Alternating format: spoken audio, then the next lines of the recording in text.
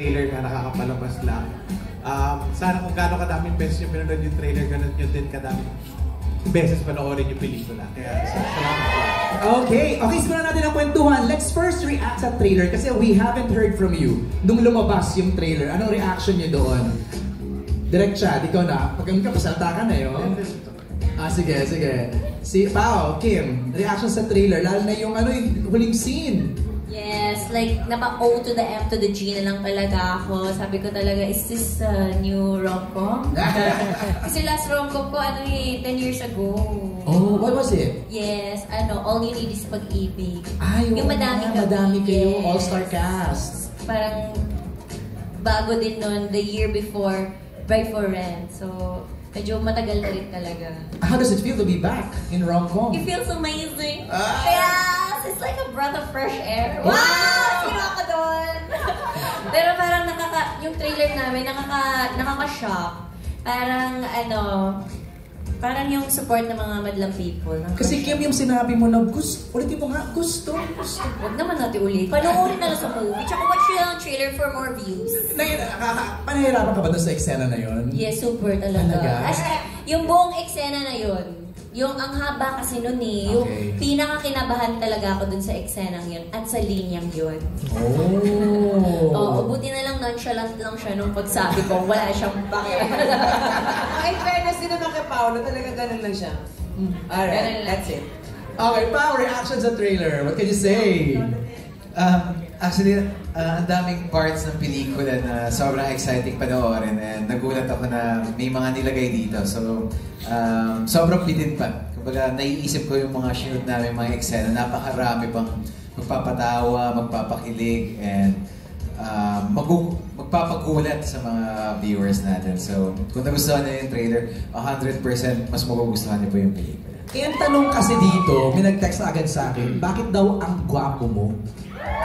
Doon sa trailer. Filter lang yun. Filter. Pero sabi ni Wilma, mabango. Ay, mabango ang kuya natin!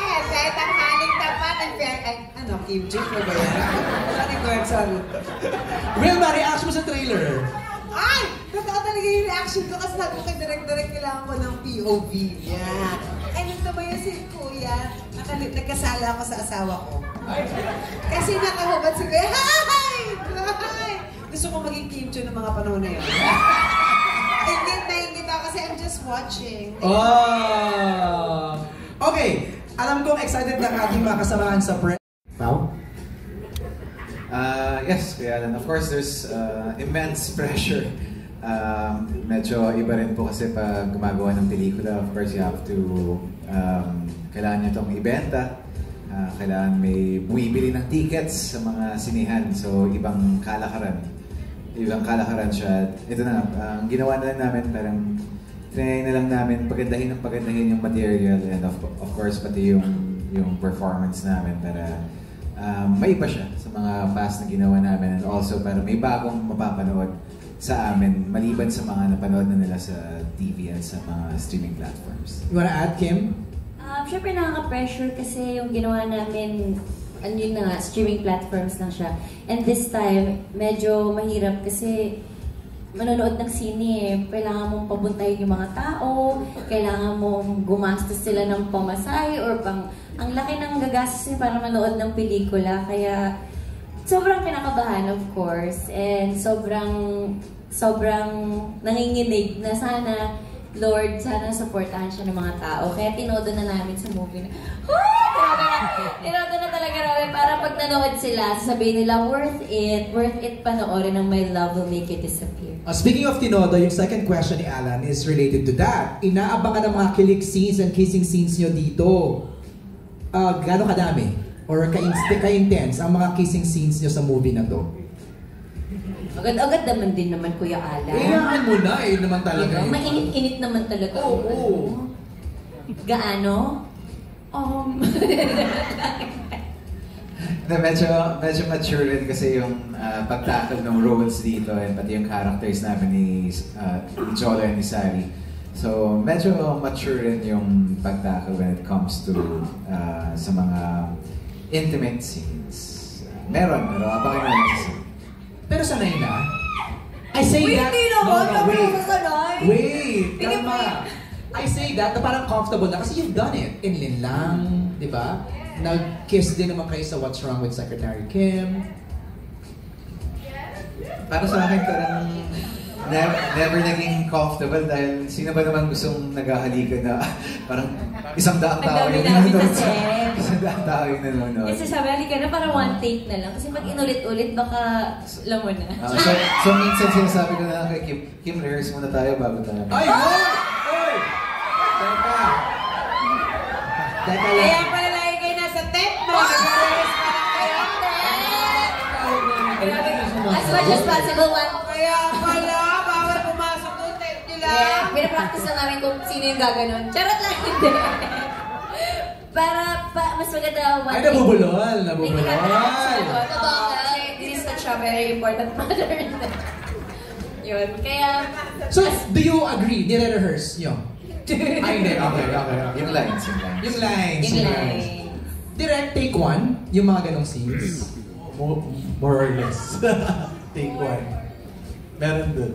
Isa lang kasi pag ulit-ulit baka kami na. Nakakaloka yung baka kami na. Okay. Next is from... Thank you, Alan, sa question na pala. Sabi ng Kevin. Describe it lang. Ikaw, from your point of view. Grabe naman yung basihan niya na from PBB. Siyempre from 16 years old to 30s. 30s! Hindi na sinabi ko ano yung edad. Pero, Parang matured na kasi now di ba? yes, masasabi ko na lumaki ako siyempre sa harap ng mga taong sumusuporta sa akin. And napanood nila yung nakailang love team na, pangatlo na rin to. Per decade, kasi ako nagla-love team. So, per decade din yung experience from puppy love to, di ba? So, yung experience ng genre ng pelikula ay per decade din. So, last na ba to?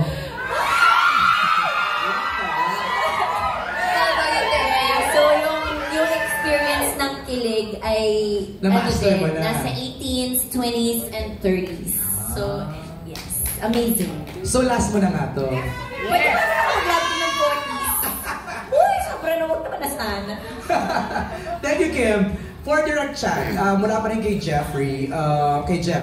Ay, grabe yung, Diyos mo, ang dalawang 3 kasi yung ulam ko. Wow, dalawang ulam. Yung isa dun, pwede niyang kainin. Para sa kanya talaga, ni-ready mo talaga. Sige na nga. Okay.